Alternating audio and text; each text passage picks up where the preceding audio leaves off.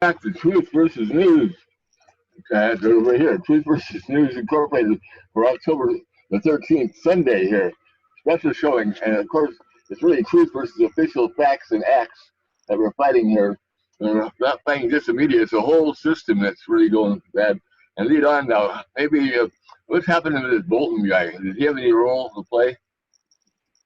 Well, it looks as though that not only did Bolton contact the whistleblower prior to filing the complaint, which suggests that what's going on here is an attempted coup, where one of those contacts was the intelligence agency whistleblower who filed the now famous complaint about the phone call with Zelensky, but it goes much deeper.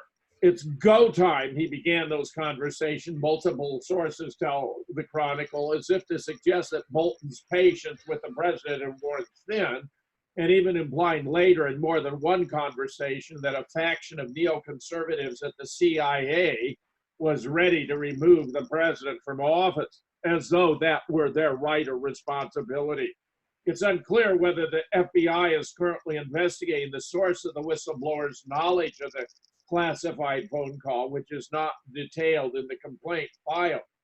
The intelligence community's Inspector General, Michael Atkinson, has indicated the whistleblower was found to have a political bias in favor of Biden's presidential campaign, where the attorney who represents a whistleblower contributed to Biden's campaign and formerly worked for Senator Charles Schumer, the Democratic leader of the Senate.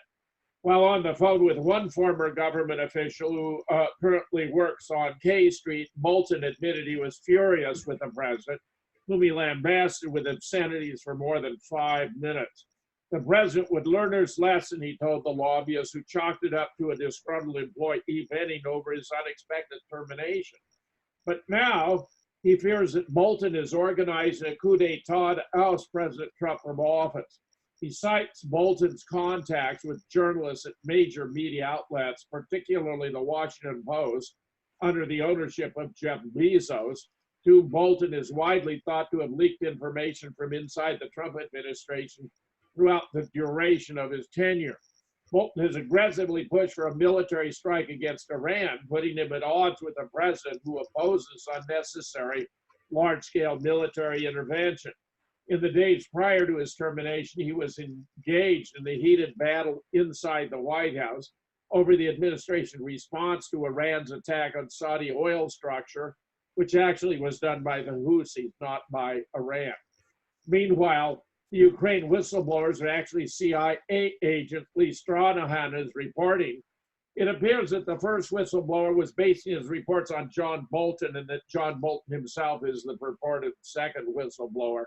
So the whole thing is totally staged and phony by the most shallow, vain, narcissistic figures ever in Washington, D.C., where John Bolton is virtually singular among them for his prominence as a disgusting caricature of what an American official, particularly advisor in foreign policy, ought to be.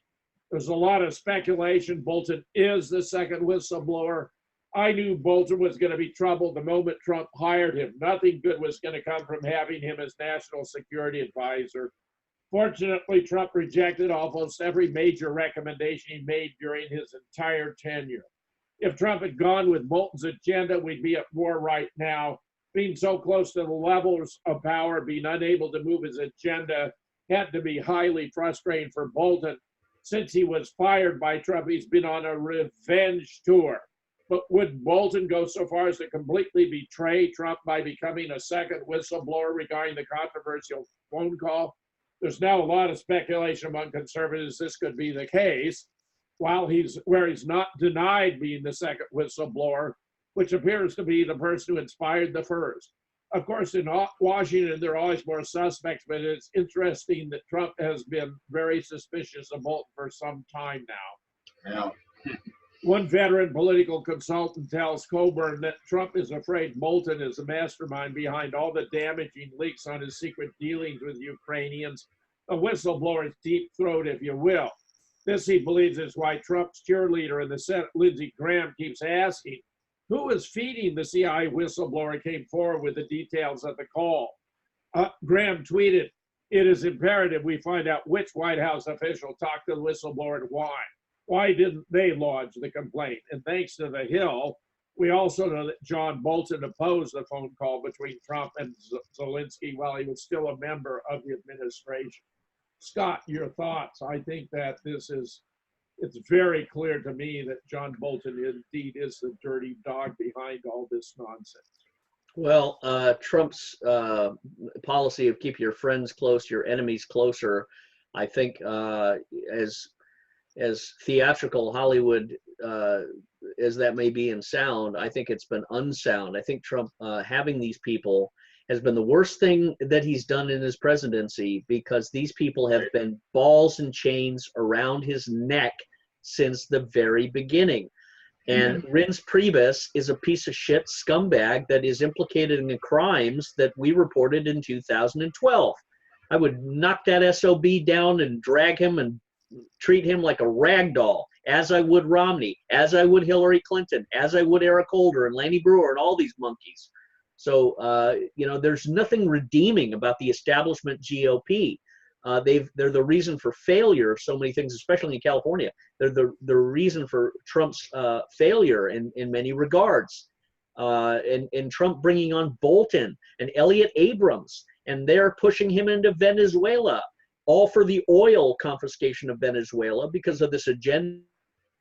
Donald Trump's biggest mistake that he's made since his presidency has been bringing on the Republican establishment, Reince Priebus, John Bolton, Elliott Abrams, even Pompeo. All of these people have represented chains and balls around his neck, and they have pushed him into Venezuela. They've pushed him into Syria. They've tried to push him into Iran, all of which is designed either out of ignorance or malice to destroy his presidency and impeach him. He cannot wage war as the president, and everyone knows that. And the moment he does is the moment they impeach him. And yes, the Democrats have done it. Yes, George Bush did it, but that was then, and they were puppets, and Trump is now, and he's not a puppet. So they're pushing him in directions that will harm him. Venezuela was not about democracy or freedom or liberation. It was about the oil confiscation and the energy domination markets, which the Rothschild banks, which are in charge of General Electric and all these other energy companies that are causing blackouts in California. That's what Venezuela is all about, as well as Syria to block off the energy resources from Iran and the gas from Qatar and Kuwait, as well as the battle of the Russian pipelines into Europe. This is an energy war by the globalists, and John Bolton is their prostitute puppet in chief.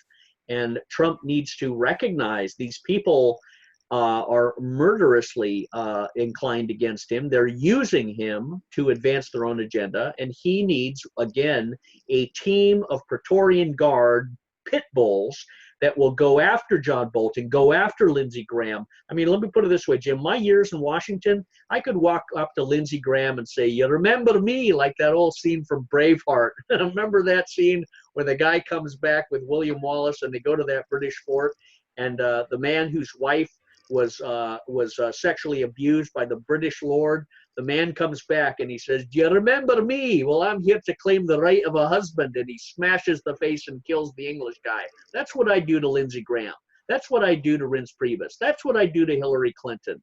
With a figurative way, with words, of course, but I'd hold up shell game in all my material. And all of that brings them down like a house of cards, which they are. And John Bolton and Lindsey Graham and all of these people that have been pushing Trump in these directions, I think they need to be jettisoned entirely. And this current CIA Ukraine Gate operation, USAID, the whistleblower, Trump really needs to go on the deep attack of this, and he's really needing to generate more and more speeches like he did in these rallies and his Value Voter Summit base. Those are brilliant moves. Every time he goes on stage, he hits it out of the park. And he's doing also a great job by ignoring the media. We no longer see the president or his staff in a little room in the White House being thrown questions by these malicious media. That's a brilliant move, because psychologically, Trump is outside waiting for the helicopter, and that's when he's taking questions. And he's choosing who they are, And, they're screaming like a bunch of girls at a Beatles concert, Mr. President, Mr. President. And he's pointing, you're fake news, you're this. And he's moving in his own way. And that's great. He's not in a corner. He's out in the field. And, the media are just coming apart. I think it's a great tactic that he's using, and he's victorious. Jim? Nicely said. Yep. God. Excellent.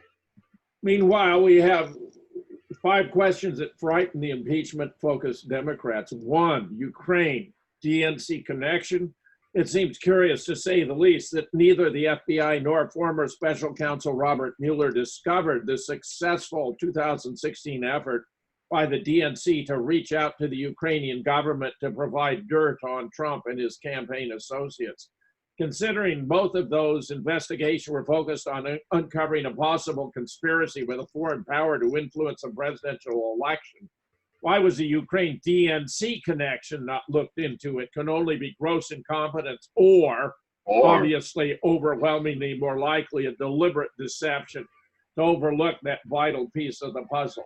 Second, anonymous witnesses.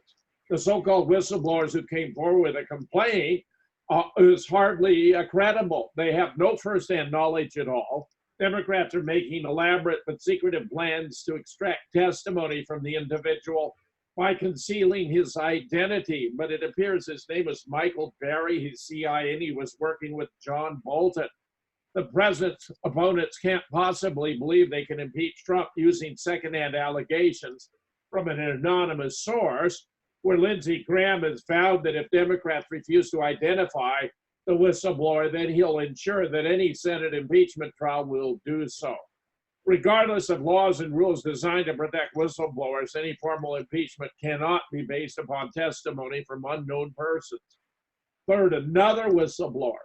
At least one additional whistleblower has now come forward, according to reports, but doesn't change anything. Indeed, it appears to be the case that the first whistleblower was basing his reports on the second, and the second is actually John Bolton, who's trying to conceal his identity because it would reveal this is all political, a disgruntled, fired former employee. Schiff's role.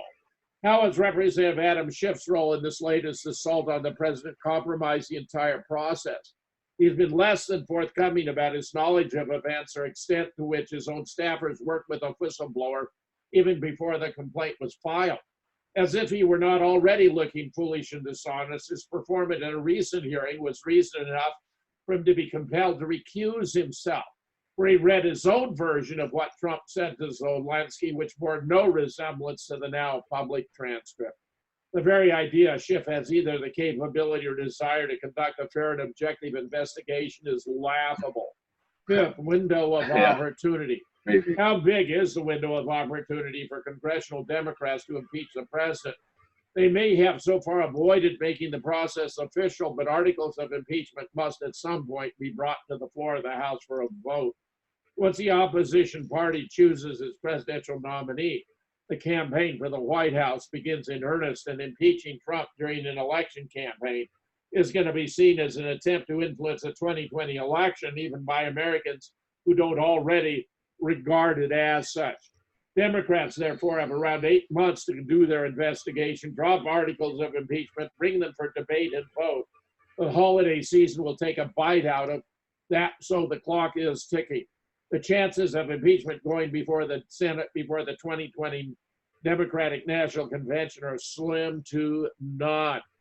These 5 basic questions, when answered objectively, determine whether there's any realistic chance of Trump's enemies removing him from office before the next election.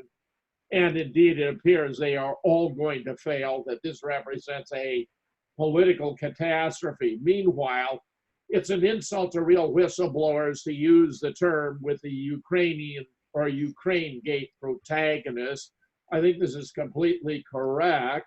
What do we know about the first whistleblower in Ukraine Gate? He or she is a CIA officer detailed to the White House. The account is at best partially based on the CIA officer's own experience, made up substantially by information from more than a half dozen U.S. officials and the private accounts of my colleagues, meaning it's hearsay, secondhand, even thirdhand. he or she was instantly celebrated as a whistleblower by news networks, major newspapers, and the Democrats seeking to impeach. It's fair to wonder if this is a one-person effort. Even former CIA official Robert Baer, no friend of Trump, said as much in an early confab on CNN with Brooke Baldwin. Baer, what I find remarkable is this whistleblower knew about this attempt to cover up. This is a couple of people. It isn't just one Baldwin. And on the people point, if the allegation is true, Bob, what does it say the White House officials' lawyers wanted to cover it up? Baer, my guess, it's a palace coup against Trump. And who knows what else they know at this point. That sounds about right. Actual whistleblowers are lonely. They're alone. They're singular. The Ukraine complaint seems to be the work of a group of persons. I think it's Lawfare, a legal organization involved in Russiagate, too, Yep. supported by Absolutely. significant institutional power, not only in the intel community, but the Democratic power and the commercial press. The current scandal is a caricaturized version of such episodes. Imagine the mania on airwaves if Donald Trump were to have his Justice Department arrest the whistleblower and charge him with 35 years of offenses as Thomas Drake faced. Trump initially might still try something like this. It's what any autocrat of a certain school would do, for starters, to mutiny intelligence officers within his own government. Trump almost certainly will not do it, however. There are some insulting phrases here about it, but the whole fact is the impeachment business is a charade, a travesty, and represent an attempt to execute a coup against Trump. Scott. Well, they could also be using the word whistleblower to try and deflect against future whistleblowers that are coming, present company included. And others. So when they throw out whistleblowers and throw out some false whistleblowers and just throw up the term whistleblower like a bunch of confetti cannons in the air, it has the effect of distracting the average American to get confused and to see, oh, another whistleblower? No, I thought we just had a whistleblower. Wait a minute, what about this whistleblower? What was it? And suddenly people are distracted, confused, and because of their limited brain capacity, because of vaccines and chemtrails and the homosexual, transgender, political correctness agenda, we no longer have a population that know how to think. So they go, and they just break down. That could be one of the tactics, is to obfuscate the future whistleblowers and the future whistleblowing reports that are going to be coming out that really have teeth. And I know exactly what those are. And they will destroy Republicans as well as Democrats, mostly Democrats, because they were made during the 2008, 9, 10, 11, 12 years. And they implicate people in the Obama administration, and they implicate people even that appear on Fox and Friends, and Robert Wolf, chairman of the Americas, and Covington and Burling, and Covington, all these things. ShellGameWhistleblower.com. People really want to know what's coming out? ShellGameWhistleblower.com. But I'll say this. This was not a whistleblower who was in the White House. This was a USAID, CIA, John Brennan, John Bolton, Yes. John Bolton and John Brennan. They're one and the same. These people aren't that different. They're in bed together. They have no neo-conservative Zionist, Leo Straussian neocons from the University of Chicago. That's their Francis Fukuyama ideology. I was there. I worked for Francis Fukuyama. I've got tales, and it's miraculous how all these roads lead right into where I've been traveling. And that bastard Dov Zakheim, I was like the tin can being dragged behind his wedding car, and I think he's furious because I was at Heritage. I was at the Pentagon. I was at Booz Allen Hamilton. His son, Roger Zakheim, was in Covington and Burling after he left the House Armed Services Committee and got copies of my report when I was at U.S. Central Command. So you couldn't make this stuff up. But I'll say this, Jim. When you're a real whistleblower and you've discovered real stuff going on, and your oath, your heart comes into play, and my being and my experience was a compilation of my mother and father, and my father being a Marine Corps aviator in Vietnam and a man of honor, all your whole being comes into play, and you have a choice. Do you do the honorable thing? Do you do the leader thing? Do you stand up and say, this is happening, this is wrong, this is harming the Constitution and my fellow citizens and potentially future generations, and I'm standing up to report it? Do you do that or do you not? And if you don't do it, why? Because you got your interest in your bank account, your pride, your professional position. You don't have the balls or the guts to stand up and get rocks thrown at you. You don't have the toughness to endure it. Whistleblowers have to be tough, even if they don't recognize it. John Kiriakou, he goes to, all the best whistleblowers go to prison too. Susan Lindauer, I went to prison. Susan went to prison. John Kiriakou went to prison. That's the sign of a real whistleblower. And I'll tell you this, when you go into prison or this all happens to you, you change. You change deeply on a DNA level.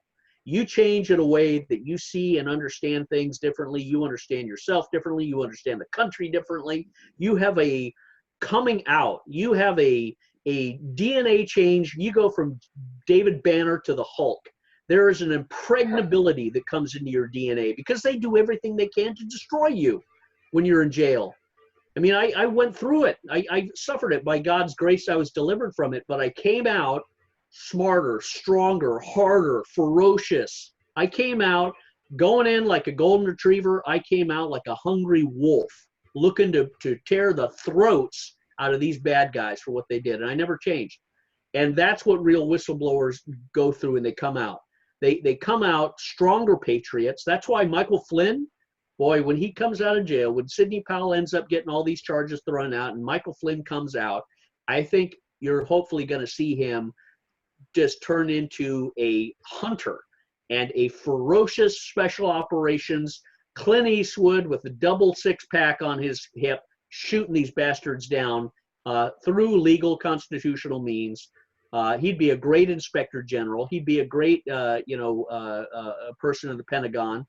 But all of these real whistleblowers are going to be bringing material to the White House, to Trump, and we will stand in the Congress and answer any questions and say, look, this is what happened. This is what these people did. They were hoping they were going to get away with it from 2008 on, but they're not, because men of integrity, men, not women, men of integrity. Yes, Susan Lindauer did, but the current ones stood up and challenged the Barack Obama establishment. And they were attacked and savagely torn up about this, and they've lost their homes, they've lost their salary, they've lost a lot of stuff, but they haven't backed down. They're more ferocious speakers. And I'd say this, Value Voter Summit, for as much as I like the conservatives, I still look at all of them like a lot of wet, saggy balloons. There's no hard edge to these people. There's no in your face, let's go and crush these opposition. Family Research Council, Heritage, they're all playing their own little tea parties, their own little fiefdoms. Those days are done. We are in fighting mode. We're in civil war mode. I want to see some real ball-breaking thrasher fighters going to the Republican White House ranks and tear these bastards apart. Go in and tear the shifts apart. I want to see some real bloody knuckles going in, because we can't survive as a republic if we let these liars and these schemes continue as if they have the validity of truth and the camouflage of official congressional processes and procedures. There's nothing official, there's nothing legal, there's nothing constitutional about anything the Democrats are doing right now against the president. Jim? Can I salute you, Scott? You're the best. You're the best. Go for it, brother. We're behind you. Thank you, Don. Meanwhile, scam Democrats are making unprecedented moves to hide the whistleblower's identity, but it's being met with strong pushback and new revelations. The Washington Post reported the House Democrats heading up the investigation are considering conducting the whistleblower's interview at a remote location and obscuring his appearance and voice. The highly unusual arrangement underscores the toxicity between Republicans and Democrats on the House Intel Committee, which was once among the most bipartisan, but is now spearheading the divisive impeachment investigation. It's absolutely stunning. Signed 3 different sources familiar with testimony to the congressional investigators Friday the whistleblower's political bias simply being that he or she is a registered Democrat. As many on the left have suggested, the whistleblower reportedly had a prior working relationship with a current 2020 Democratic presidential candidate who would be Joe Biden. The entire process has been a scam, Representative Scalise tweeted Monday. Dems now plan to only allow themselves and their staff to know the whistleblower's identity while concealing it from Republican committee members. This is unprecedented. What are they trying to hide? Meanwhile, Hillary falsely claims she won the 2016 election, suggests she might run again. Boy, what a joke that would be. Two-time failed Democratic presidential candidate Hillary Clinton falsely claimed Tuesday she beat President Donald Trump in 2016 and repeatedly teased she might run again in 2020. She made the false claim during an interview on PBS NewsHour after Judy Woodruff read to Hillary Trump's latest tweet about her. I think that crooked Hillary should try to enter the race, to try and steal it away from uber-left Elizabeth Warren, Trump tweeted. Only one condition, the crooked one must explain all of her high crimes and misdemeanors, including how and why she deleted 33,000 emails. You know, it's truly remarkable how obsessed he remained with me, Hillary said. But this latest tweet is so typical of him. Nothing has been more examined and looked at than my emails. We all know that. So maybe there does need to be a rematch. Obviously, I can beat him again, Clinton claimed. But just seriously, I don't understand. I don't think anybody understands what motivates him. Meanwhile, CIA whistleblower professionally tied to 2020. Second whistleblower was first one source. We've covered that, but it appears to be highly important and relevant. This whole thing is so contrived. Meanwhile, the intel community's inspector general has acknowledged that the anonymous whistleblower had ties, and it's to Biden. Hillary musing she can beat him again. It's just a farce, Scott. It's just a farce. Your thoughts about these additional revelations?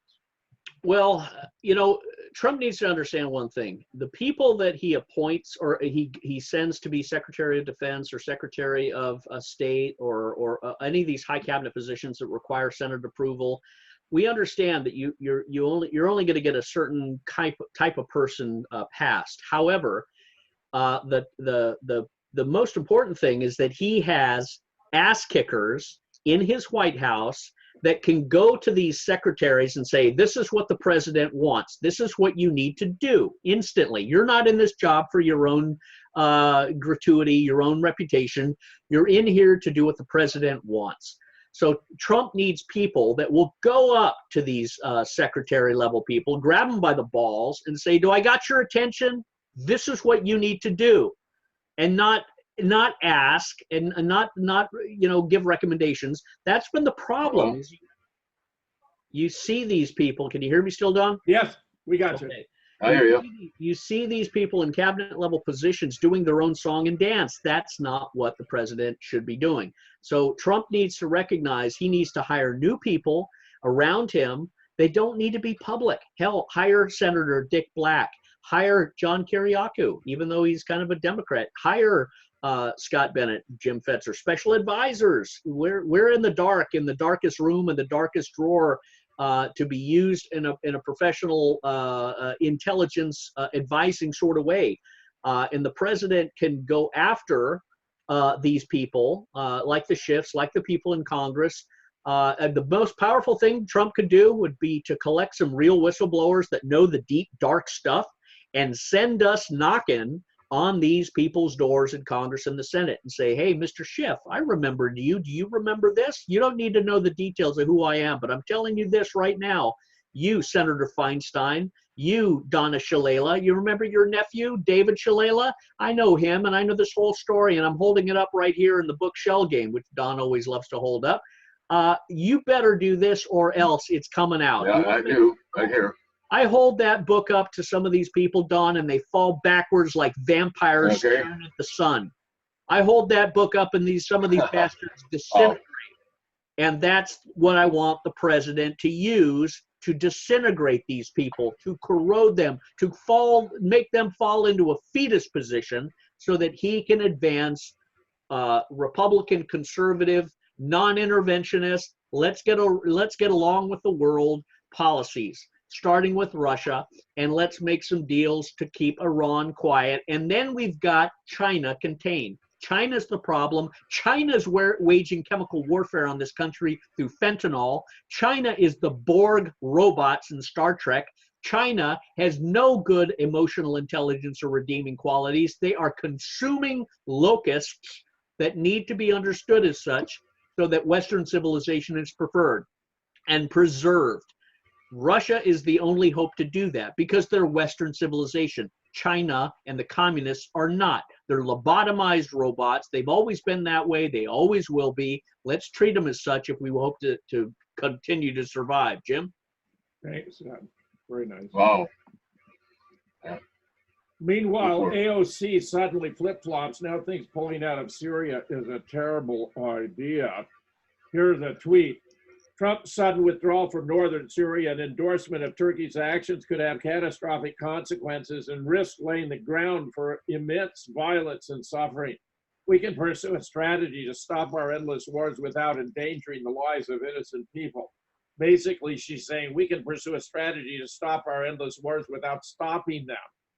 Of course, her only reason for adopting this position is she will oppose anything Trump does. The United States was supposed to be in Syria for 30 days, Trump tweeted. That was many years ago. We stayed and got deeper and deeper into battle with no aim in sight. When I arrived in Washington, ISIS was running rampant in the area. We quickly defeated 100% of the ISIS caliphate, including capturing thousands of ISIS fighters, mostly from Europe. But Europe did not want them back. They said, you keep them, USA. I said, no, we did you a great favor. And now you want us to hold them in the US prisons at tremendous cost. They are yours for trial. They again said no, thinking as usual that the US is always the sucker on NATO, on trade, on everything. The Kurds fought with us, but were paid massive amounts of money and equipment to do so. They've been fighting Turkey for decades. I held off this fight for as long as I could. Meanwhile, as Syrians flee Turkish airstrikes, congressional leaders vow Erdogan will pay a heavy price. Update. The Kurdish-led and formerly US-backed Syrian Democratic Forces have begun firing back on invading Turkish forces, which are being supported by F-16 jets already bombarding densely packed civilian areas inside Syria near the border. Now busy defending themselves against Turkish air and ground forces, the SDF has announced a suspension of all operations against ISIS. It must be remembered that US Special Forces withdrawn away from border areas ahead of the Turkish offensive, so the SDF is without air power and likely has not been given anti-aircraft weapons, although ironically Al-Qaeda-linked rebels have been seen with American-issued man pads throughout the war. Meanwhile, the SDF has urged Washington to impose a no-fly zone. Congressional members led by Senator Lindsey Graham have vowed to make Erdogan pay a heavy price for the devastating military incursion already said to be targeting civilians. And European Commissioner General Jean-Claude Juncker urged restraint and for Turkey to halt its operations already underway. He added, if the Turkish plan involves the creation of a so-called safe zone, don't expect the European Union to pay for any of it. France, Germany, Britain, Belgium, Poland, and Kuwait have reportedly called for an emergency meeting of the UN Security Council to discuss these developments. NATO Secretary General Jens Stoltenberg is also urging Turkey not to further destabilize the region and to halt its incursion. Germany has also weighed in, saying via Foreign Minister Heiko Maas that we condemn the Turkish offense in the northeast of Syria in the strongest possible terms. But big surprise, Syrian al-Qaeda chief Abdul Mohammed al-Jolani has issued a statement supporting the Turkish operation, claiming the region belongs to Sunni Arabs. Meanwhile, anti-war reports, backed by artillery and airstrikes launched in spite of U.S. trying to deny them access to the airspace, Turkish forces invade northeastern Syria Wednesday. Ground forces crossed the border at 4 different sites and began fighting Kurdish forces. Reports are early engagements are near Ras Al Ain, while Turkish airstrikes continue hitting sites across northern Syria. Turkey reported 181 sites hit in the area so far, including a prison that was holding ISIS detainees. What happened to the detainees, whether they were killed or have escaped, is uncertain. What is certain, however, at least according to Secretary of State Pompeo, is that the U.S. did not give Turkey a green light for the invasion. We did agree to move a few dozen troops away from the border to not get in the way, but Trump also threatened to destroy Turkey's economy over the matter. Turkey's been threatening to invade Kurdish territory in Syria for years now, and the U.S. has made protracted moves to prevent it, or at least to inconvenience Turkey. It was always clear once it happened, the U.S. was prepared to back off in short order. The Turkish YPG has threatened all-out war in the event of a Turkish invasion, which virtually goes without saying, since the whole point of an invasion is a war on the Kurds. The Kurdish forces are now trying to muster to keep Turkey's push limited to the immediate area around the border. How far this war will go remains to be seen. Turkey has suggested the goals taking the safe zone, a band immediately on the border, but threats to invade have often included much deeper incursions into Syrian Kurdistan, and fighting close to the border is likely to add to calls to go further. Scott. Yeah. Well, I think what we're again seeing, Jim, is this long protracted division of the United States along the lines of liberty, law, constitution, and people like Ocasio-Cortez represents this infantile, silly child mentality that really is the product of silly, childlike teachers and professors. The right, the conservatives, the Christians have, and I mean libertarians and Republicans too, have abandoned or been pushed out of teaching in schools, in high schools, in secondary schools, in universities. We've been pushed out, so you've got these idiots occupying positions of higher education where they browbeat and yell and scream or give Fs to students that do not digest their propaganda and nonsense. That's why these kids are now yelling and screaming and berating and battering people that that don't want to buy into their environmental fascistic nonsense, the chicken little mentality. The world is ending and we need to give up everything to save it. These kids that are yelling and abusing people because of that, it's a learned behavior. It's very important to understand that. Yes, it's amplified by drugs, by Xanax, by medical marijuana, by all of these things, broken families, broken homes, retarded parents. These kids have grown up in cesspools of toxicity, and so it shouldn't surprise us that they emanate this nonsense. But it's a learned behavior from people that have been in higher education.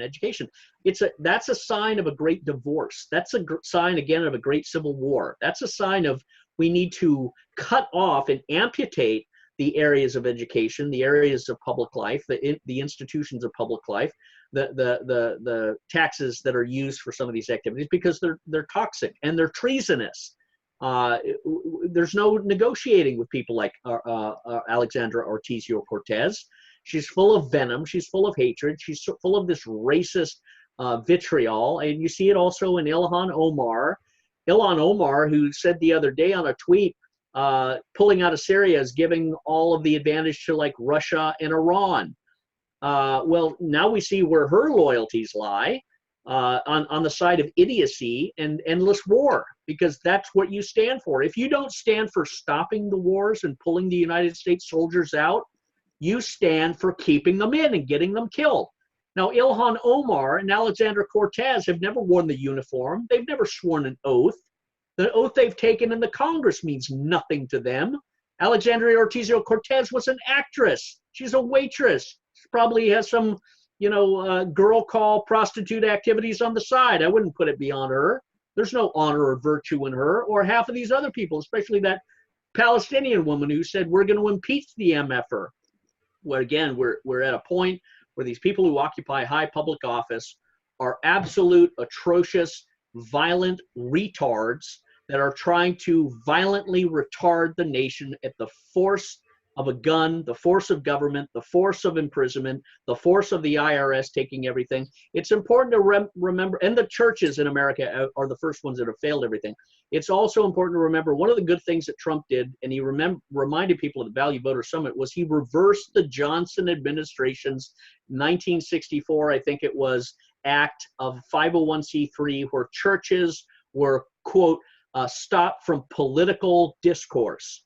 Trump has reversed that and said, no, the churches will not be muted. They will not be muzzled. They will not be gagged. They are allowed to discuss anything of a political, philosophical nature. And that's exactly right. It's constitutional. So that is one of the greatest things that Trump has done. He's opened up the gate. Now, unfortunately, we have a bunch of donkeys and crippled horses in the positions of pastors in this country. They all should be beaten out of their pulpits and get some really hard, lean, passionate John the Baptist type people up there preaching a violent intellectual position with regards to violently defending the Constitution. Because if you don't stand up and violently defend your freedom, your Constitution, as Jefferson said, you're not worthy of freedom.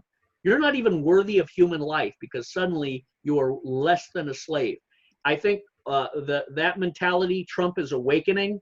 I think a lot of people have seen it since he was elected, and the Democrats are unable, incapable, unwilling to give up this agenda of trying to browbeat and scream the American public down and trying to intimidate the American public down into adopting their liberal philosophy. They honestly believe the louder they scream, the more violent they get. Hey, if you don't agree to vote Democrat, I'm going to shoot myself in the head. That's what the Democrats really, honestly, in their heart of hearts, believe is going to change the country. And they're dead wrong, of course, but I think we're going to see a level of madness and insanity and irrationality and suicide amongst the Democrats we've never seen before. And I said it a few weeks ago on Susan's show. I would not be surprised if they assassinate Biden to try and create a Manchurian candidate scenario to try and guilt trip the American public to vote against Donald Trump. Don't be surprised if they pull something like that, because they're not going to win with reason. They're not going to win with intelligent policy. They're only going to win if they guilt trip the American people and say, what better than to vote Democrat because Biden or Warren or somebody's been just killed by a, quote, Trump supporter right wing. I could see it happening, Jim. I hope it doesn't, but we have to be prepared for all contingencies. Go ahead. That's a fascinating conjecture, Scott. A Looks like the deep state is really thinking. I know. Meanwhile, Turkey threatens to send 3.6 million refugees to Europe if the EU frames the Syrian operation as an invasion. This guy plays hardball. Hey, EU, wake up. I say it again. If you try to characterize our operation as an invasion, our task is simple. We'll open the doors and send 3.6 million migrants to you. Here's a map of what he proposes about a 20-mile deep border along the Syrian edge of Syria geographically, where he's going to have these many refugees relocated.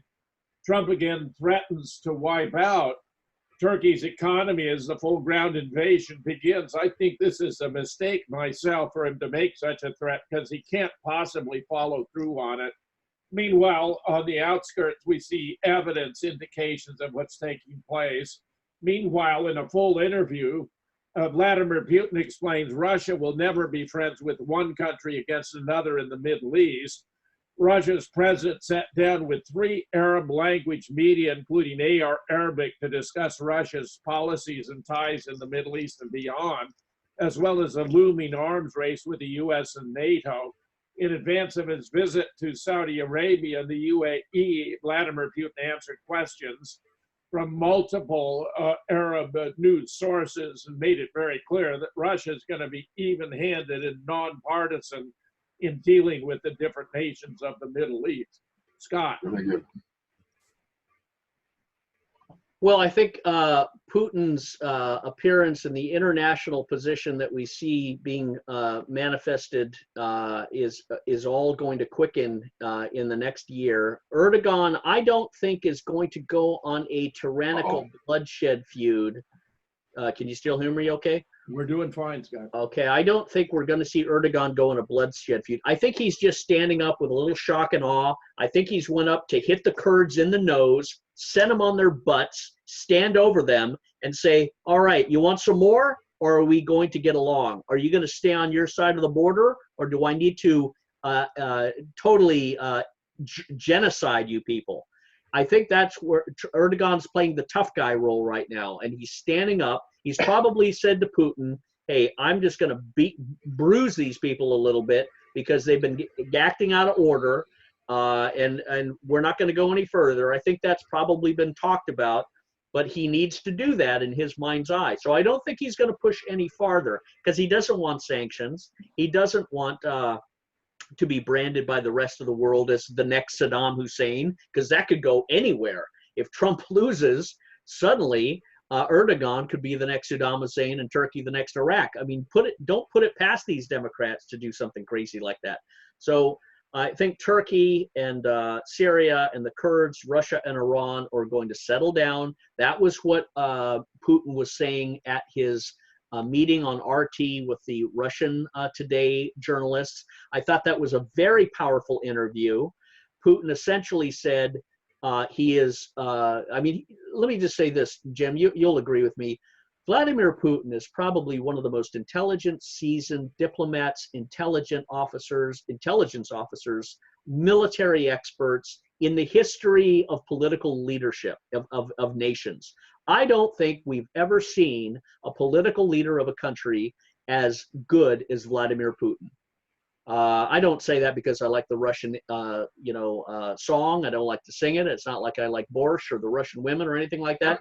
But I have to admit that Vladimir Putin is the best political leader and statesman that I've ever seen, because he's a former military guy, intelligence guy. He knows every weapon they have. He knows strategy. He knows diplomacy. That's the most important thing. And he said this: we are going to be friends with everyone. We are not going to befriend one Muslim nation against another.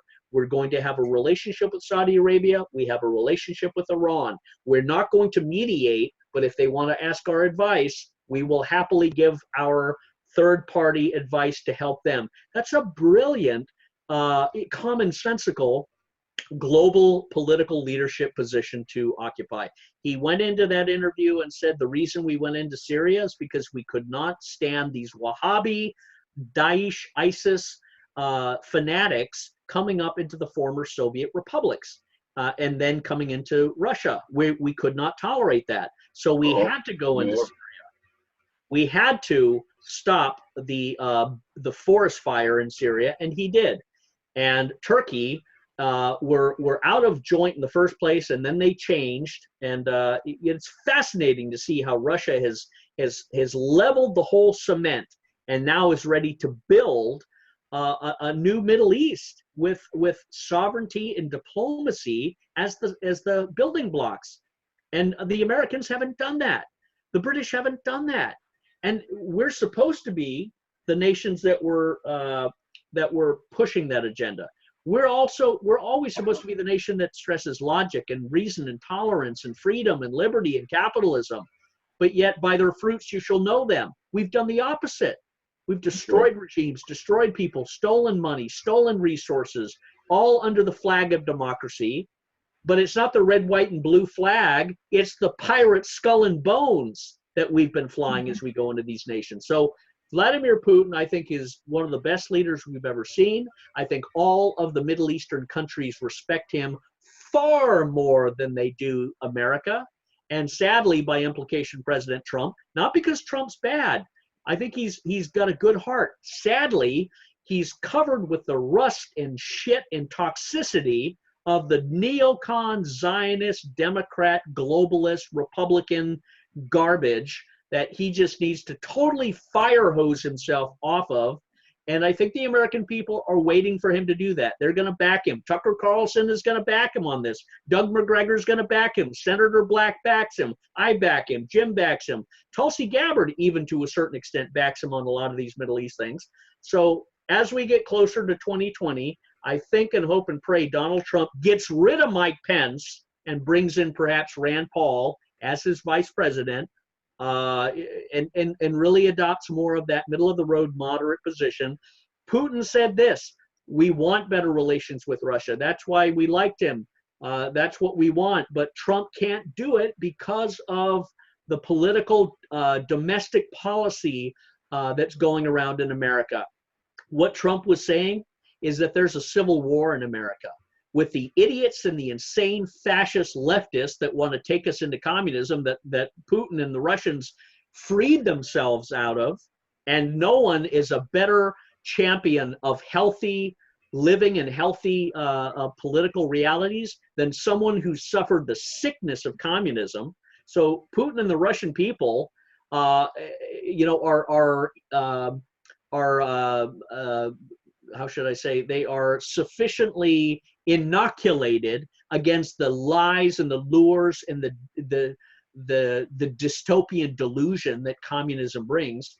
Putin is saying, we understand freedom, but we also understand it has to be done in a non-interventionist, respect all your nations attitude.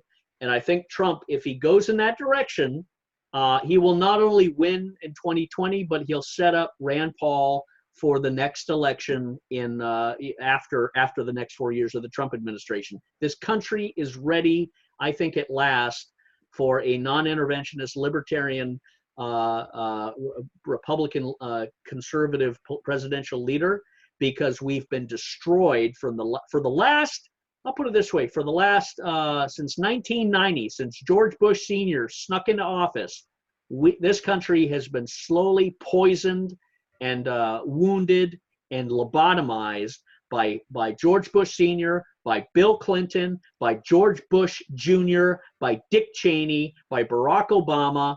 We've had, 4 presidents that have destroyed this country from the days that you and Don knew it in your days of wine and roses of youth. And I knew it in the 80s to an extent. I liked Reagan. I loved America back then. But it's gone downhill ever since. And Trump is on the precipice of taking us back up out of the abyss. And Putin is on our side for that. And even Rouhani and the Iranians are on our side because they're a moral people. I was in Iran. They didn't have pornographic billboards. They didn't have drunks. They didn't have domestic squabbles. They had a very placid environment. They are not the state sponsors of terror that the Israeli Zionists push them as. This is what the internet is going to educate people on. The true realities of the personalities and the nature of the Russian people and the Iranian people and the Republican, conservative, libertarian people, I think, will unite. And the Eastern European countries are already on our side. And that will be the next paradigm to balance China. France and Germany and Britain, they're already coming apart because of their godlessness and their humanism. And I see them really burning up in a civil war because they don't have the Second Amendment. Jim?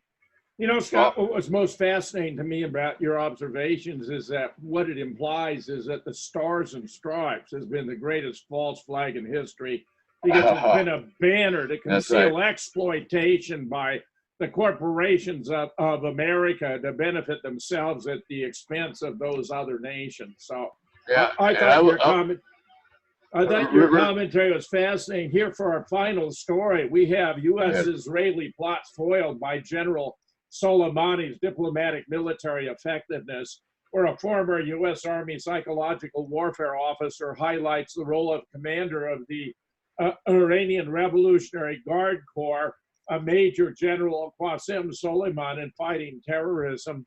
Says the general has managed to defeat the Israeli-U.S. policies for war thanks to his diplomatic military effectiveness. This is extremely interesting, Scott. And rather to recount what you said in the article, I want you to have the opportunity to present it here in your own words. I'm just delighted with your multiple presentations internationally and the difference you are making, my friend. Well, I appreciate that, Jim. We're standing as the best Americans and the best that America has because we've been in government, we've been in the military, we've been in higher education, academia. We address the world and look at things from an intelligent, critical thinking, balanced historical view. We've seen the bloodshed and the screams and the chaos of military interventionism. We also understand the placid serenity that comes from focusing on your own country. And of course, we've had the broken limb of 9/11 that has forever caused us to have this shoulder out of joint in the American identity. So we come at the world and all of these things from these multiple perspectives. Soleimani, the general, in that article I wrote, is a leader in Iran that stood up to fight Daesh and ISIS and the Wahhabi menace that was infiltrating the world with these madrasas and this fanaticism that translates into raping boys, beheading women who drive, the most savage cult-like version of Islam. Soleimani comes out of the Shia Iranian Islam and has stood up to be a General Patton of Iran. And I think he's like General Custer, but with sanity. He's going to stop these hordes of violent Wahhabists that were coming up into Syria and doing horrendous things to the Syrian Christians. And yet Obama was supporting these savage ISIS, Daesh people doing this stuff to Christians. Senator Black was over there and saw it. I met Soleimani's daughter when I was in Iran at the New Horizons conference, and a very wonderful young lady. And her father was a very intelligent, very moderate and intellectual man. And I think his emergence as the General MacArthur of the Middle East is going to be more and more apparent with the more that the West becomes familiar with him. So I think he's rising up in a time where real leaders who are defending their culture, their families, their homes are going to be changing the narrative and changing it by injecting truth into the narrative and watching the disease of lies and falsities begin to just disintegrate under the corrosion that truth naturally does. Truth is always the most powerful psychological warfare weapon. Truth is a sword where lies are a clay stick. And those who wield truth will always destroy the John Boltons and the John Brennans and these fancy James Cagney liars that do a good song and dance routine and use a lot of convoluted words and incorporate their backgrounds in Yale and Harvard, but they're telling lies. Truth and truth wielders can always step into the ring and bludgeon these people into bloody pulps using the truth. And that's what the internet is giving us. Jim? Scott, I find that fascinating because it seems to me that Vladimir Putin and this general in Iran and Russia generally make natural allies for a more stable and peaceful Middle East. I suspect you endorse that proposition. Yeah, but I look forward to seeing greater cooperation, coordination between Iran and Russia. I proposed years and years ago to an imam in Buenos Aires that the key to stability in the Middle East was a mutual defense accord between Russia and Iran. Your final thoughts? Yeah, and they have that. They have that too. They have the Russian-Iranian Mutual Defense Pact, even though it's unwritten. But Russia is now going and being the lead public relations diplomat to the United Arab Emirates, to Saudi Arabia, Qatar, Kuwait, Egypt, and telling them, calm down, we're on the team, and you have nothing to fear from Iran, but it's in your best interest to leave the whoredom of the United States and rediscover your virginal purity as sovereign nations under the umbrella of Russia and Iran. And I think that's a winning message. Don, take us out. It is a winning message. We have a winning message here. And it comes at a time when truth is politicized and all is lost. And this is hope for the future here, folks. And we're standing at Truth versus News Incorporated. We are not fake news.